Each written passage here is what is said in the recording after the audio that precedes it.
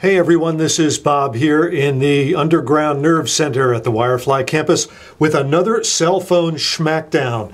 Here we have an interesting matchup. On the left is the Samsung Vibrant that runs on the T-Mobile network, and on the right is the Samsung/Google Nexus S, which also runs on the T-Mobile network. Now, as many of you know, the Nexus S came out about a month or so ago, and the T-Mobile Vibrant, the Samsung Vibrant, came out about, last summer, about 6 months ago. So, heck, 6 months, that's about 29 in dog years. So the Nexus S, which has, much less time on the market, it's a lot newer. It should be, you would think, a lot more technologically advanced than the Samsung Vibrant. I got to tell you, though, the Vibrant is still competitive. But, hey, this is a Schmackdown, so let's get started.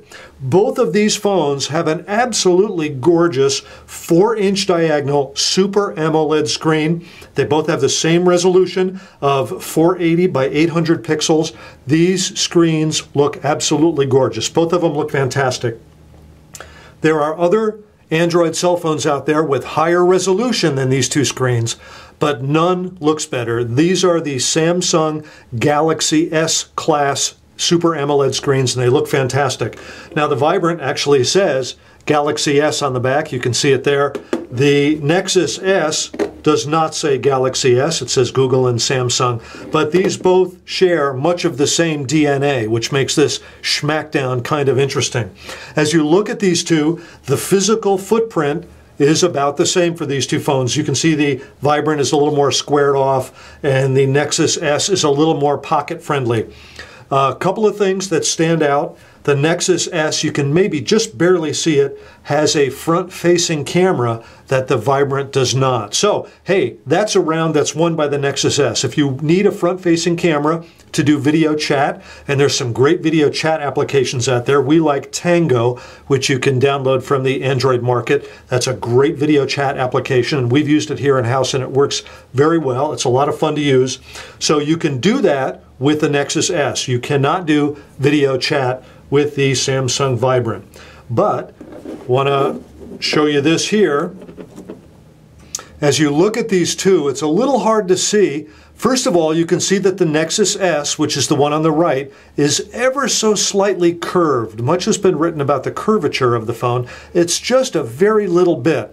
But if you look at this carefully, it doesn't really show up that well. The Nexus S is definitely a little thicker than the Vibrant. It definitely feels a little more massive and a little more heavy in the hand. Very nice, cannot complain. The Nexus S feels very good, as does the Vibrant. They both have a bump at the bottom that some people call a chin. Let me move these here where you can see it a little bit better. This is the Nexus S on the right again, and its chin, as you can see, is a little bit bigger. It's got the Jay Leno of Galaxy S chins there, whereas the chin on the Vibrant is much more modest. So that's what we have between these two phones with their physical dimensions. So what do they like to use them? Well, of course, the Vibrant comes with Android 2.1. The Nexus S comes with Android 2.3. It is the first phone to come out of the box with Android 2.3. In fact, I'm not aware, as I say this, that there's any other phone that actually ships with Android 2.3. Now, as I said, the Vibrant has 2.1, and an upgrade to Android 2.2 has been promised for some time, but it's not been yet forthcoming. So no one knows exactly when we will be able to upgrade our Samsung Vibrants to Android 2.2. The world is out there patiently waiting, and I know that some of you are really not all that patient about it. So we have Android 2.1 here, Android 2.3, so the Nexus S wins that absolutely hands down. There's a couple of other interesting points of differentiation between the Samsung Vibrant on the left and the Nexus S on the right. Both of these phones come with 16 gigabytes of installed memory that you can use to store music and photos and videos and contacts. 16 gig, that's quite a bit. Now the Nexus S, if you pop the back off, you see the T-Mobile SIM. If you pop the back off, there's no place here to put a micro SD card for additional memory. No place at all. I'm just going to leave the back off. Whereas on the Vibrant, The Vibrant, again the SIM card, has a micro SD card slot. Now it comes out of the box with a 2 gig micro SD card slot, so the Vibrant actually has more memory out of the box than the Nexus S does. It has 18 gig of RAM versus 16 gig of RAM. And of course the micro SD card can be upgraded with another 16 gig micro SD card. It's my understanding that Android 2.1 can handle only up to a 16 gig card. Now if you have a 32 gig card, you'll need Android 2.2. Once the Vibrant gets upgraded to Android 2.2, you'll be able to use a 32 gig micro SD card for a total of 48 gigabytes of memory in the Vibrant. So the Vibrant, although it is a 6-month-older technology, the Vibrant wins the memory round here between the Vibrant on the left and the Nexus S on the right. Now you notice the battery. Both of the batteries in both of these phones are 1500 milliamp hour batteries. So although this one has a bigger footprint, this one covers more area, this one is thicker, so they both have the same size batteries. So that's a look at what is inside the case of these two phones. Now if we look at the back, continue to look at the backs, let me put the cover on. Obviously they both have cameras. The camera on the Vibrant is 5 megapixel still images, and it can do 720p HD video. However, it does not have an LED for the flash. The Nexus S also has a 5 megapixel camera and it has an LED flash, but it can only do standard definition video, cannot do HD video. So a little hard to say who wins here. The Nexus S has the flash, so that's better than the Vibrant. However, the Nexus S cannot do HD video, which the Vibrant can. Okay, next I would like to do, one other thing. Well, let me flip these over here, and we will look at the home page on both of these. Now you'll see this is bare bones Google Android 2.3. There is no user interface that has been attached to this phone, nothing by Samsung, nothing by Google, only Android 2.3. Over here you see that Samsung has installed its TouchWiz 3.0 user interface, and if you scroll across you'll find that there's other TouchWiz features that Samsung has put on the phone to hopefully give you some ease of operation.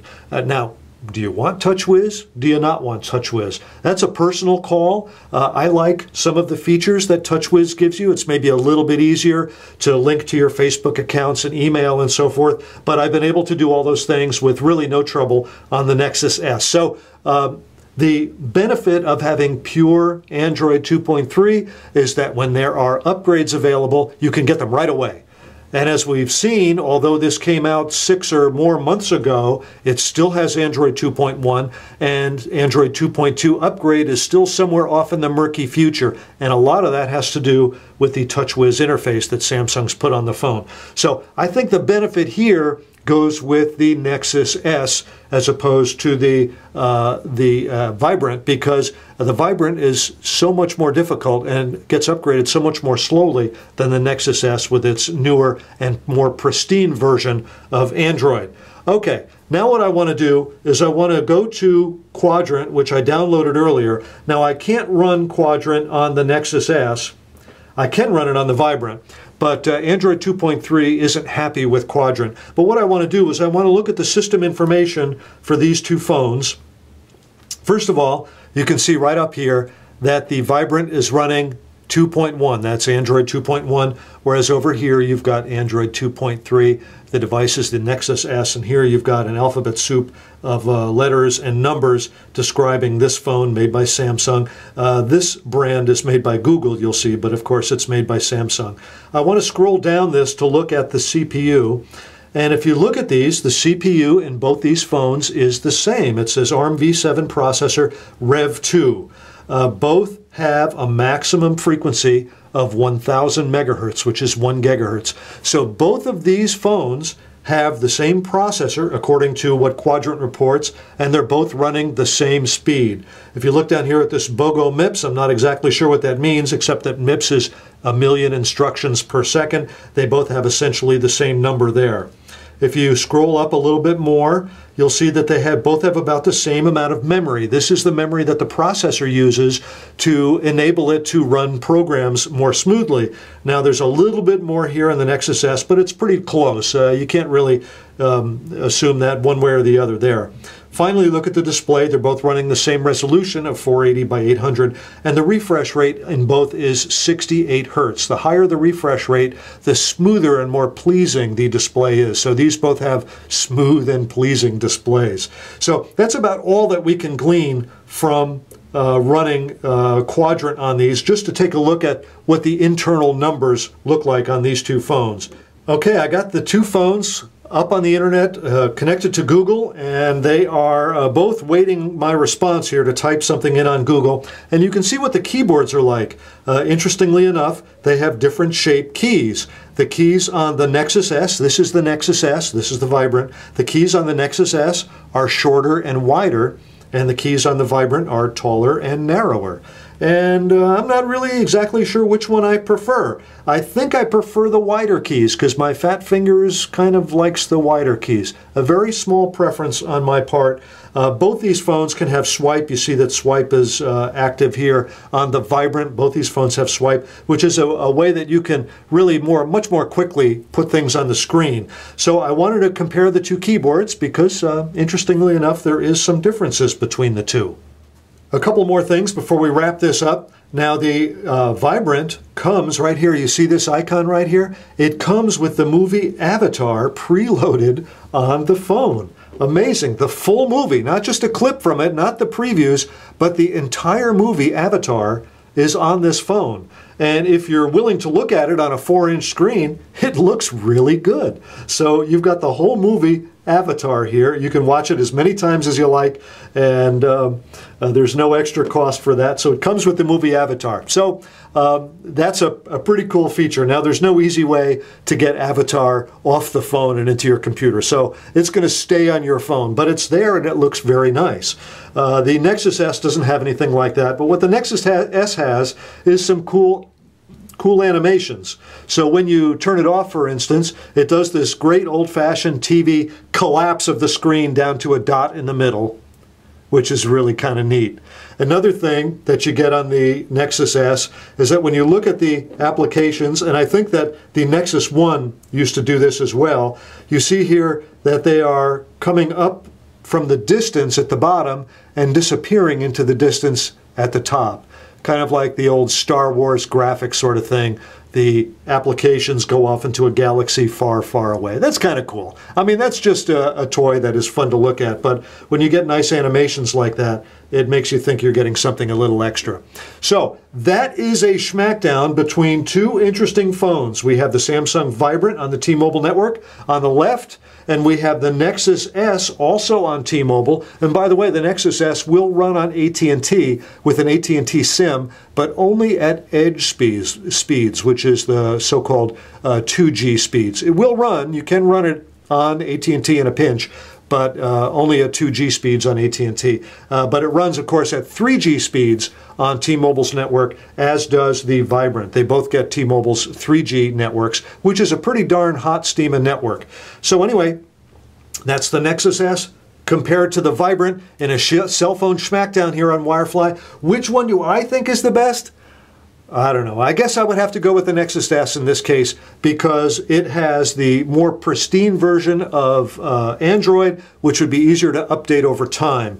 And it's beautiful hardware, very attractive. Nothing wrong with the T-Mobile Vibrant. It's an excellent phone. Samsung hardware has proved to be very strong over the past few months. And of course, the displays on both phones are gorgeous. Hey, this is Bob here at Wirefly. Thanks for watching.